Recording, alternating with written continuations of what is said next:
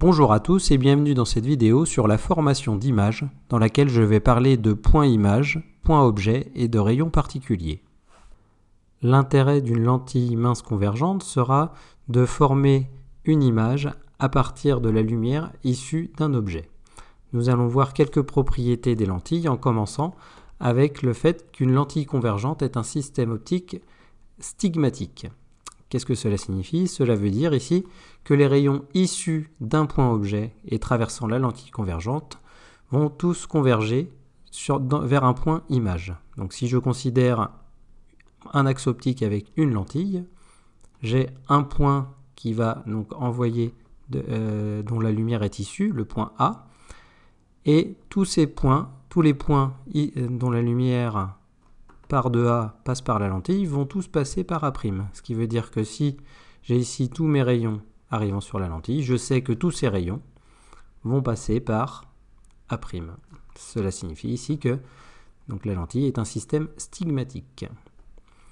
Deuxième propriété, une lentille convergente est aussi un système optique aplanétique. Cette fois, cela signifie que si mon objet est perpendiculaire à l'axe optique, alors l'image qu'il va former à travers la lentille sera aussi perpendiculaire à l'axe optique. Donc cette fois, toujours une lentille, l'axe optique. Je place un objet AB avec A, un point sur l'axe, B, l'extrémité de ma flèche. Je sais donc ici que tous les points issus de B vont converger en un point que j'appelle B', car mon système est stigmatique. Et sachant que la lentille est également un système aplanétique, cela signifie que si mon objet ici est perpendiculaire à l'axe, alors mon image sera aussi perpendiculaire à l'axe. Donc pour obtenir le point A', il me suffira de projeter le point B' sur l'axe, de faire un projeté orthogonal, et donc je sais que A' se trouve en ce point sur l'axe. Donc ce qu'il y a à retenir par rapport à ces notions de stigmatisme et d'aplanétisme, c'est que deux rayons issus d'un point objet A convergeront après avoir traversé la lentille en un point appelé point image A'. Et enfin, si le point objet est situé sur l'axe, alors son point image se trouvera également sur l'axe. Pour pouvoir trouver un point image à partir d'un point objet, il suffira de considérer deux rayons issus du point objet et de trouver leur intersection à la sortie de la lentille.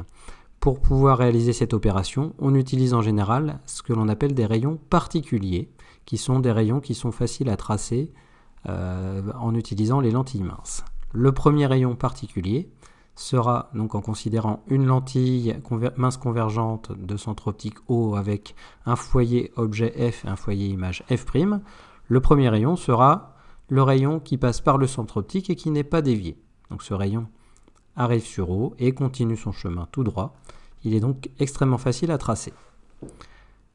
Deuxième rayon particulier, ce sera le rayon qui va arriver sur la lentille parallèlement à l'axe optique et qui va donc passer par le foyer image F'.